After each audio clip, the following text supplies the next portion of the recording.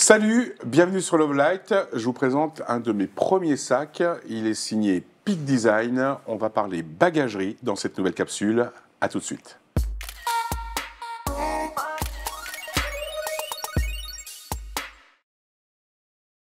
Aujourd'hui, on parle bagagerie avec un acteur majeur dans le monde de la photo et des bagages. Cette marque, c'est Peak Design. Pour en parler, je reçois Marc Rabuteau. Bonjour Marc. Bonjour. Tu es le chef produit chez Digitaccess, qui est la société qui importe la marque Peak Design en France. C'est ça. C'est bien ça. Et puis on a également Alban qui va Bonjour Alexandre. parler bagagerie. Comment ça va? Ça va te changer un peu? Ça va bien, merci. Ben écoute, moi je suis fan de bagages. Je suis fan de beaucoup de choses en photo, en vidéo. Fan de voyage, Voilà. surtout. Fan de voyage aussi. Et j'ai regardé juste avant qu'on commence à enregistrer un peu les trucs, ça, donc j'ai plein de questions à te poser. Ouais. Alors, je disais en intro d'émission, en fait, j'ai dans les mains un des premiers sacs que j'ai acheté en photo, Marc, parce que j'avais été séduit par deux, trois petites choses qui étaient vraiment très intéressantes. Et notamment, une chose qui était vraiment intéressante sur ce sac, c'est, tu vas le montrer à l'écran, à l'intérieur, on a des petits séparateurs qui sont... qui viennent se scratcher en fait à l'intérieur. Et ces séparateurs, si on le voit sur mon écran, c'est en fait un système d'origami qui permet en fait de se plier un petit peu dans tous les sens pour pouvoir soit prendre moins de place, soit répondre à des attentes d'encombrement comme on pourrait avoir. Donc l'idée c'était quoi? C'était je prends le sac, je mets mon petit séparateur, voilà, et après, je vais pouvoir venir glisser mon boîtier à l'intérieur, et si éventuellement j'ai un 70-200, j'ai une optique un peu longue, eh bien, on ne le voit pas forcément très très bien, mais je vais pouvoir venir plier en fait la séparation, et le fait de pouvoir plier cette séparation, je vais pouvoir ranger mon boîtier, et en même temps, je vais pouvoir poser d'autres optiques, soit plus petites en dessous, là, dans cette partie-là, et je plie, ou alors venir mettre une optique. Et ça, c'est tout bête, mais il fallait y penser, parce que finalement, on gagne de la place avec ce système. C'est effectivement un système hyper modulable, c'est vraiment l'intérêt. En fait, ce système de séparateur a été développé par Peak Design sur son premier bagage, donc qui était le Everyday Messenger. Alors, je l'ai là. Le premier du nom. L'Everyday Messenger. Ça, c'est la dernière génération, mais le tout premier sac Peak Design, c'était un Messenger. Ouais, Et ils ont développé ce C'est très américain, ça. Très, très américain. Ils ont développé ce système pour le Messenger et puis pour le backpack, bien sûr. On retrouve des grosses similitudes sur les deux sacs. Oui, alors justement, on voit ce système d'attache là qui est assez intéressant, puisqu'en fait, c'est protégé et il faut venir tirer pour venir ouvrir. Et on le retrouve sur les nouvelles gammes Everyday. C'est bien ça? Oui, on retrouve les mêmes fonctionnalités. Donc le Maglatch, qui est donc le système magnétique, qui permet en fait de pouvoir venir fermer à une main. Sans forcément venir regarder, mais de manière très naturelle, pouvoir venir fermer son sac, et qui propose aussi une fonctionnalité de sécurité.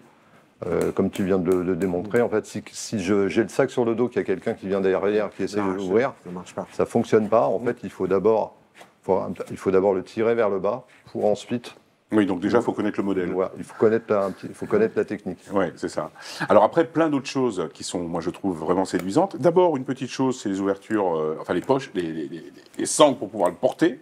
On le porte, j'allais dire, dans tous les sens. Les poignets, oui. Hein, les poignets, c'est poignets. Et puis, après, une possibilité... Il y a un aimant. Ah oui, pour le ranger, ça vient s'aimanter. Comme ça. Voilà, tu prends comme ça, tu le prends dans l'autre sens. Et puis les poches sur les côtés, avec les ouvertures. Qui sont accessibles. Voilà. Il y a un petit truc à savoir, tu me le disais, il y a quelques instants, en fait, toutes les fermetures éclairs dessus, elles sont protégées, c'est-à-dire l'eau ne passe pas. Oui. Et ça, c'est sur toute la gamme des sacs. Sur toute la gamme, y compris même sur des accessoires comme on a ici, en fait, on le voit, toutes les fermetures éclairs ont été... mise à jour, j'allais dire, upgradée avec la version 2 de l'Everyday Line, avec bien sûr des coutures entièrement étanches, mais surtout qui sont hyper résistantes à l'abrasion. On sait que des sacs, ça dure des années, on les maltraite souvent. D'accord. Souvent, un des points faibles des sacs à dos, c'est les fermetures éclairs. Oui. Donc là, Peak Design a vraiment choisi avec... Je viens de découvrir un petit truc.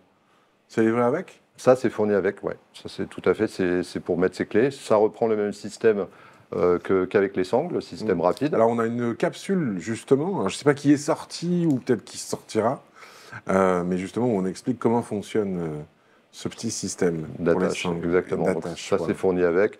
Ça, c'est principalement pour ses clés. Si on veut avoir ses clés dans la poche, et de pas les perdre, et de pouvoir les sortir, ouvrir sa porte en fait sans avoir à les détacher. Et on a un petit élastique comme ça. Donc ça, c'est pareil, c'est fourni sur la génération, la dernière génération de sacs. Ouais, très, très bien. Donc pour revenir sur ce que tu disais, sur les poignées, donc effectivement on a des poignées tout autour, on a des poches latérales donc extensibles dans lesquelles on peut venir mettre très facilement une bouteille d'eau ou un trépied, notamment. Alors on a le trépied Peak Design miniature, il y a une capsule aussi là-dessus. Le trépied Peak Design. C'est qu'il y en a dans la capsule, hein. Oh, foudu. Elle va évidemment parfaitement aller dans le sac. C'est d'ailleurs, je peux le mettre là comme ça. Oui, on va pouvoir le mettre ici. Ok. Après, si on veut le sécuriser, si on veut être sûr, vous voyez, on va faire un petit peu de place pour que nos amis. On a différentes sangles. Alors ici, elle n'est pas ouverte, mais si je l'ouvre, je vais pouvoir venir la fixer ici et la serrer. D'accord, ça marche plus. Je l'avais fait moi déjà de l'autre côté. Donc de l'autre côté, on verra. On a également une autre sangle qui est fournie ici. Ok. Donc voilà. Et on vient je vais venir l'accrocher. Tu peux nous mettre le pied pour venir l'accrocher ici. Voilà. De l'autre côté, je viens là. Donc on voit qu'on a deux poches. Oui. Donc je vais simplement venir mettre mon trépied comme ceci. Donc vous voyez que au niveau de la hauteur, on est quand même. On n'est pas trop mal. On est bien. Et après tu l'attaches directement. Effectivement, je vais venir le régler ici. Et les connaît. Lui donner un peu de mou. Tu lui donnes un peu de mou, ouais. Et venir après l'attacher ici. Voilà, elle vient s'accrocher en fait directement. Donc là, c'est l'effet des mots. Hein. Non, c'est le sac est neuf, donc il n'est pas encore. Il n'y a pas encore. Là, il bouge plus. Voilà, il n'y a pas encore. Là, ça ne bouge plus. Voilà. Et après, tu attaches. Si on veut que ça ne dépasse pas. Ok. Bon, ça, c'est le modèle Everyday, donc pour une utilisation de tous les jours, comme son nom l'indique. Et puis, par la suite, on a vu arriver chez Peak Design une version plus voyage cette fois-ci. Beaucoup plus... Alors, j'allais dire plus grosse, pas forcément, parce qu'il y a plusieurs modèles. Mais on a quand même un modèle... La bête. La bête. Surtout que là, on a un 45 litres. Pour le voyage. Alors là, la différence... Alors, juste avant de basculer sur cette, sur cette gamme, au niveau des ouvertures, là, on est complètement différent entre les deux gammes. Là, on est sur une ouverture classique, j'allais dire, type... frontale ou dorsale. Sur l'Everyday Backpack, justement, c'est ce qui fait aussi sa particularité, c'est que l'accès se fait uniquement sur le côté. Alors, juste un truc, est-ce qu'on peut revenir sur les ouvertures sur le côté? Parce que c'est ce qui a fait, en fait, la principale nouveauté en fait, de ce sac. Ceux qui l'ont le savent très bien. On ne peut pas ouvrir le sac par l'arrière. Alors, moi, ça me... voilà, mais explique-nous les avantages de l'ouverture sur le côté. C'est un parti pris. C'est ici. Effectivement, on a un accès de chaque côté. Qui se fait donc, pour pouvoir accéder à son matériel, il va falloir basculer. Enlever une bretelle et pouvoir basculer, typiquement comme je l'ai fait ici.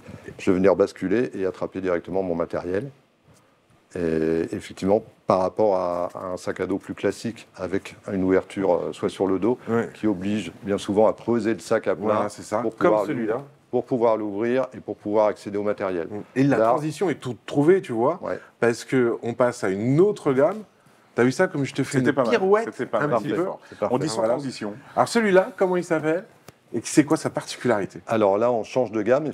On était sur la gamme Everyday, donc pour un usage vraiment, comme son nom l'indique, quotidien. Typiquement, partir sur un shooting sur une journée ou une balade. Là, on passe sur une gamme de voyage, d'où le nom Travel Line, avec ce premier modèle, donc le premier modèle qui est sorti en sac à dos. Là, c'est un modèle 45 litres, qui est le premier modèle qui a inauguré cette gamme. On a depuis un modèle un peu plus petit, le 30 litres. Qui est juste devant. qui rend les mêmes services avec quelques concessions, on va en parler. Le 45 litres, lui, n'en fait pas. On a notamment le choix dans les ouvertures, on vient d'en parler, avec une ouverture donc, sur le dos, on va dire assez classique. Voilà, comme ça. Mais également une ouverture de chaque côté, Oui. un peu comme on a sur les Everyday, et une ouverture sur le devant. Donc là, on a vraiment un choix, on a vraiment le choix dans le système d'ouverture. Alors après, ce qui va différencier cette gamme, c'est vraiment l'agencement. Vous le voyez ici, on a l'impression que c'est un peu mélangé comme ça entre de la photo et autres.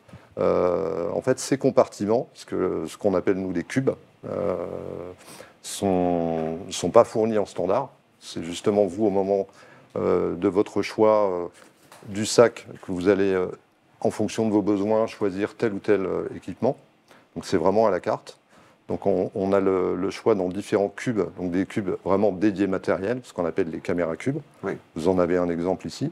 Alors là, c'est un autre exemple ici. Alors ça, c'est une unité. unité. Ça, c'est le plus petit modèle. Une unité. Le 2 unités qui est donc ici. Et il existe un 3. Aussi. Il en existe un troisième.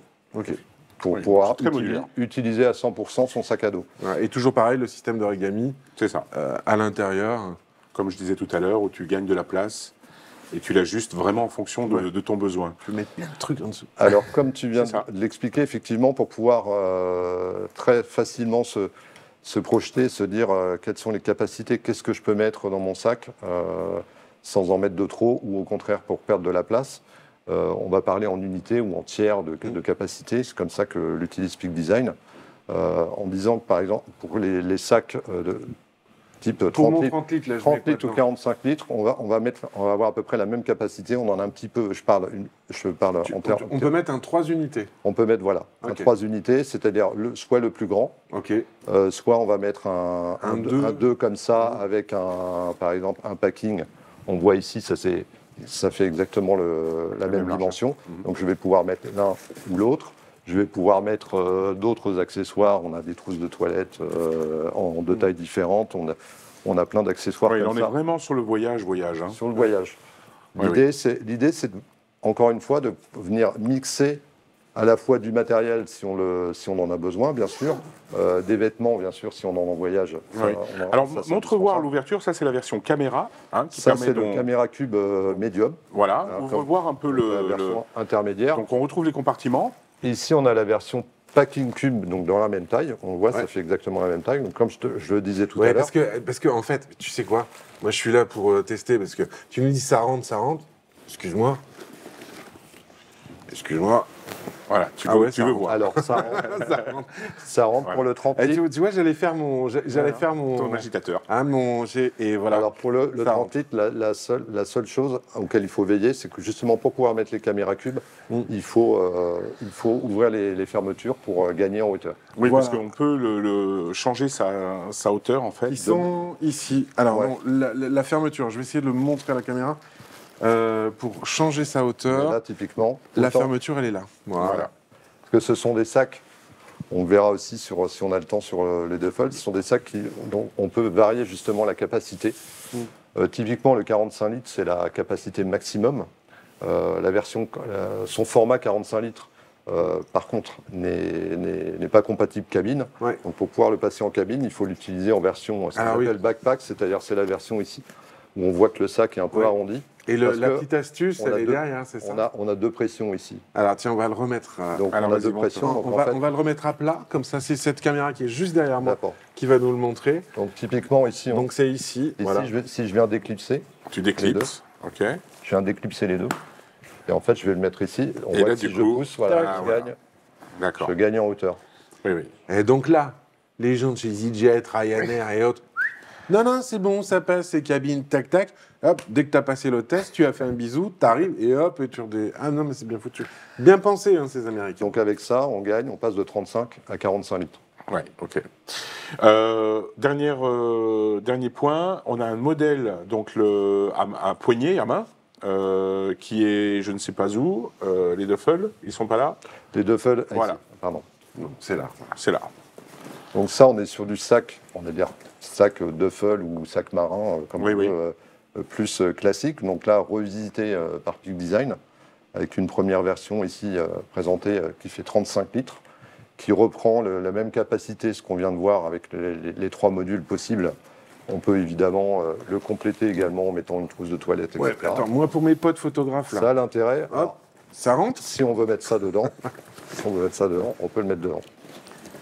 Voilà. Attends, je On fais en a attention pas parce qu'il est, il est ouvert, il y a quand même un vrai appareil photo dedans. Ouais, D'accord. bon Donc matériel. là, oui, je mets un 2 unis. Bah, allez, non, je peux mettre un 3. On peut mettre encore un module. Ok, alors on va bien le montrer comme ça à la Ouais. caméra qui est juste derrière moi. Typiquement, Voilà. on a peut-être besoin, quand on part, de mettre une deuxième paire de chaussures ou des vêtements supplémentaires. On va les On mettre. peut les glisser. L'intérêt, c'est que dedans. comme c'est modulable, eh ben, je peux partir avec 1 ou 2 sacs comme ça, avec du matériel, avec des vêtements. Que j'arrive à l'hôtel, je vais pouvoir enlever les vêtements ou et garder que le matériel, ou inversement, je vais pouvoir moduler comme ça, puisque le cube, on vient de le voir ici, ça sert de compartiment, mais on peut tout à fait l'utiliser comme système de transport indépendant. Alors Marc, combien Ici, ça vaut? Ici, on a une poignée, il Oui. suffit de Ouais. fermer là. Ah, il t'a pas écouté, Marc. Il Ouais. fait la démo. Oui, juste oui, oui. Ah bah, moi, je suis parti. hein. Je vois. Combien ça coûte Combien ça coûte? Alors, s'il te plaît le duffel, là, juste vite, cher. que tu as une idée du prix?